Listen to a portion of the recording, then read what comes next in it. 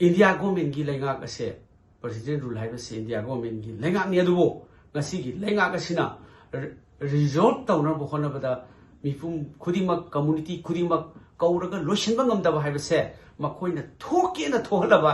आदिगुम्बा खुसेनगी आदिगुम्बा violence unprecedented violence अमनी मखोइना सेम सारबा दुगुम्बा मैन्युफैक्चर तौरबा अदिगुम्बा पॉलिसी मगी मखादा ngasiदी मणिपुर दा कांग खोंग चाइरे मिफुम खुदिमक वारे छात्र सुवारे इमा इवेंट सुवारे थबक तवसु वारे अतोप कम्युनिटी सु वारे मिफुम खुदिमक वादबा अमता लेतरे सेनमिट लोन पुनमक महनख्रे मरम असिना मखोइगी असिगुम्बा खुसेम मखोइगी असिगुम्बा मैन्युफैक्चर तौबा पॉलिसी मैम सिंगसे अखोइना खंगमिनबगी मतमदु यौरे सही अनि मपुंग फारे हयेंगी मेगी तांग अहुम 2025 ता कोई मणिपुर की मे 3 2023 दगी होरकपा इरांसी वशिनदन लेरी मसी की मतंग दा कोई ऑनरेबल प्रेसिडेंट एमपीसीसी के मेघचंद्रना प्रेस स्टेटमेंट अमा थमगनी गुड आफ्टरनून मणिपुर दा यामना अमुक्ता थोक्तबा थौदो हौखिबा मेगी तांग अहुम 2023 दगी थोखिबा हयेंग तांग अहुम मेगी तांग अहुम 2025 सिदा सही मपुंग अनि फारागनी इरांग मपुंग फाना सही अनि लेखिबसे हौजिफक सही अनि से लोइसनबा ngamdri ngasimak leiriba manipur gi idp singi sahi ani relief camp da leiribase masisu sahi ani mapung phare angang sing larik tamba phangjedriba adagi awana leiribase su sahi ani mapung phare bharat government bharat sarkar amasung manipur gi president rule sarkar asina su mapung phana sahi ani si loisanba ngamdana lai Bharat की prime minister Shri Modi ji सु सही अनि से नोमु फाउबा मणिपुर दा लाकपीदरी ngasi फाउबा सही अनि फारकलबसिदा भारत लेंगाकना शांति पोरकननबा होनबदा ngasi फाउबा अकनबा बियेंग initiative अमा उबो फंगद्री सही अनि फारकलबसिबक्ता ngasi मणिपुर की मियाम सिंगना कम्युनिटी खुदिमगना फ्री मूवमेंट लेबा ngamdri सही अनि फारकलबा ngasi मणिपुर की इरांग असिना नुसी चाननबा होनबा सरकार की माइकेदिगी इनिशिएटिव अमत उबो फंगद्री मपुंग फाना सही अनि फारकलबा भारत की जगह अमतदा सुगुंबा इरांग असे सही अनि फाना चथबा अमुक्त उद्री ngasiदी सही अनि फारकलबा मणिपुर की इरांग मिफुंग खुदिम की थमोय अवाबा पीबा मिफुंग खुदिम की लंथुम मिफुंग खुदिम की अवा अना मैम सही अनि मपुंग फाना वारकलबसे ngasi सरकारना प्रेसिडेंट रूल थमग्रे सेंट्रल गवर्नमेंट मोदी ना अमित शाह ना प्रेसिडेंट रूल थमग्रे हाइना सही अनि फारकलबसिदा करिमता सीरियस होइना नैनद्री मणिपुर की मतंग मसिना ताई मणिपुर दा हौरिबा इरांग मणिपुर दा लेरिबा वायलेंस से सेंट्रल गवर्नमेंट ना सीरियस ओइद्री हाइबा ताई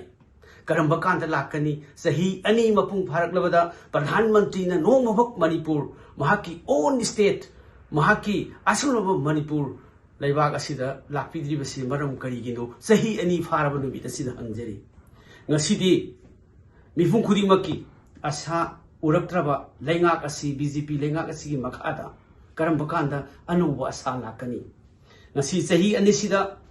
नहा सिंगी थबक फंगदबगी समेसा पोचै ममन फंगदब ममन खम थेंगना वांगबगी भारत ता ख्वाइदगी वांगब इन्फ्लेशन थोइबसिदा सही अनि फारबक्ता सरकार असिना करिमता लोखट पिद्री नैना बिद्री सही अनि मपुंग फारकलबा लेंगा कसिगी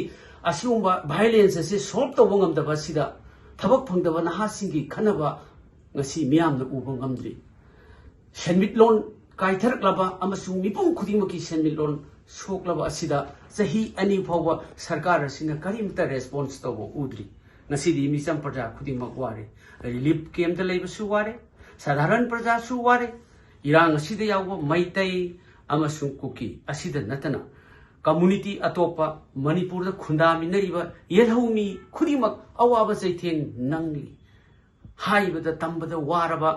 असिंग सही अनि फारकलबदा थेंनखिबा मयामसिंग अदो हंगटने येंगुबदा सही अनि सी हंगटने येंगुबदा अदुकी मतिक थमोइदा तनिक तनिक फावी ngasiदी अखोई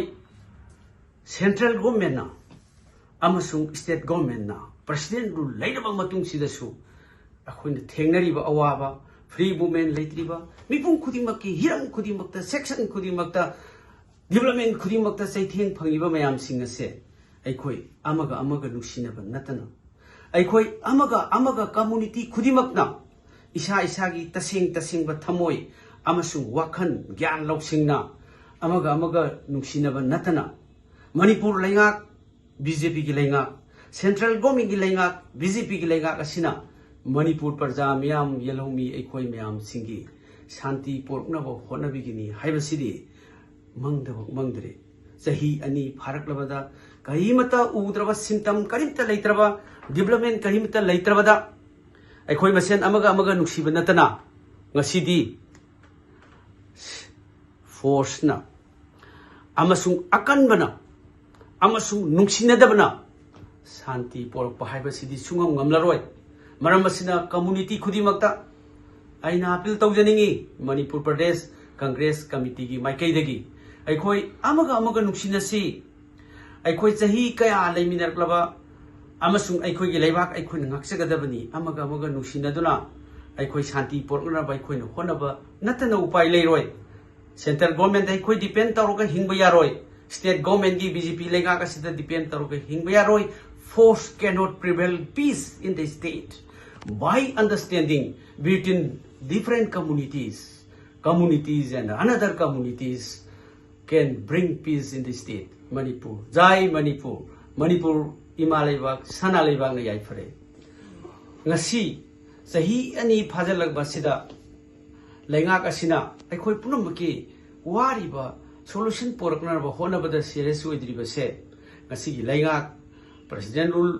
laiba sisu makhoi ki sem laingak nani ngasi laiba Manipur ki parja miyam ki mihut popular government ama leilanai ner thoibe irang amasung solution por pangam dribase masiki BJP ki central laingak asina semjaba makhoi ki khusem gi adugumba political program amani ngasi akhoi punamakna ngasi tholiba BJP ki MLA sing minister मसिंग मखोई करित मतिंग थोकना तौबो ngamdriba mayam sing ase thawoi na thokhange na thokhalaba mangdre chahi ani pharaklabada kahimata udraba symptom karimta leitraba development kahimta leitrabada akhoi masen amaga nuksiba natana ngasidi force na amasung akanbana amasung nungsinadabana शांति पोरकपा हाइबसिदी सुंगम ngamlaroi मरमसिना community खुदिमक्ता आइना appeal तौजनिंगी Manipur प्रदेश Congress committee की माइकैदगी अखोई अमगा नुंसिनसी अखोई चही कया लेमिनरक्लबा अमसुंग अखोई की लेबाक अखोई ngakchagदबनी अमगा नुंसिनदुना अखोई शांति पोरकनबा अखोई होनबा नतना उपाय लेरोय सेंट्रल गवर्नमेंट अखोई डिपेंड तौरगा हिंगबा यारोय स्टेट गवर्नमेंट की बीजेपी लेगाक असिदा डिपेंड तौरगा हिंगबा यारोय force cannot prevail peace in the state by understanding between different communities and another communities can bring peace in the state. Manipur jai Manipur imalebak sanalebak na yai phare ngasi sahi ani phajalak basida laingak asina akhoi punamki wariba solution porakna ba honabada serious oidribase ngasi gi laingak President rule laiba sisu makhoi ki sem laingak nani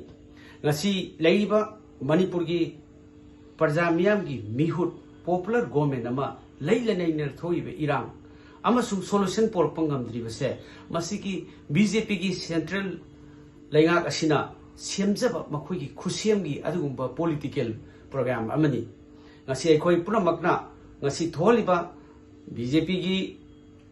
MLA sing minister मसिंग मखोई करित मतिंग थोकना तौबो ngamdriba mayam sing ase thawoi na thokhange na thokhalaba adugumba मखोई की self creations मखोई की government मखोई की BJP की laingak asina central leader mayam sing na thon bani mase na maram oirkanda Manipur da मखोई की असिगुम्बा programme असिना शांति हंजलक्प ngमगनी हाइबसी चही अनि फारकलबसिदा उरक्त्रबसिददी एखोइ थाजब थमदे प्रेसिडेंट रूल असिनसु इंडिया गवर्नमेंट की लेंगाक असे प्रेसिडेंट रूल हाइबसी इंडिया गवर्नमेंट की लेंगाक नि अदुबो ngasi की लेंगाक असिना रिजॉर्ट तौनब होनबदा मिफुम खुदिमक कम्युनिटी खुदिमक कौरग लोइसनबा ngमदबा हाइबसे मखोइना थोकेना थोहलबा आदिगुम्बा खुसेमगी आदिगुम्बा वायलेंस अनप्रेसिडेंटेड वायलेंस अमनी मखोइना सेम सारबदुगुम्बा मैन्युफैक्चर तौरबा अदिगुम्बा पॉलिसी मगी मखादा ngasiदी मणिपुर दा कांग खोंग चाइरे मिफुम खुदिमक वारे छात्र सुवारे इमा इवेंट सुवारे थबक तौबसु वारे अतोप कम्युनिटी सु वारे मिफुम खुदिमक वादबा अमता लेतरे सेनमिट लोन पुनमक महनख्रे मरम असिना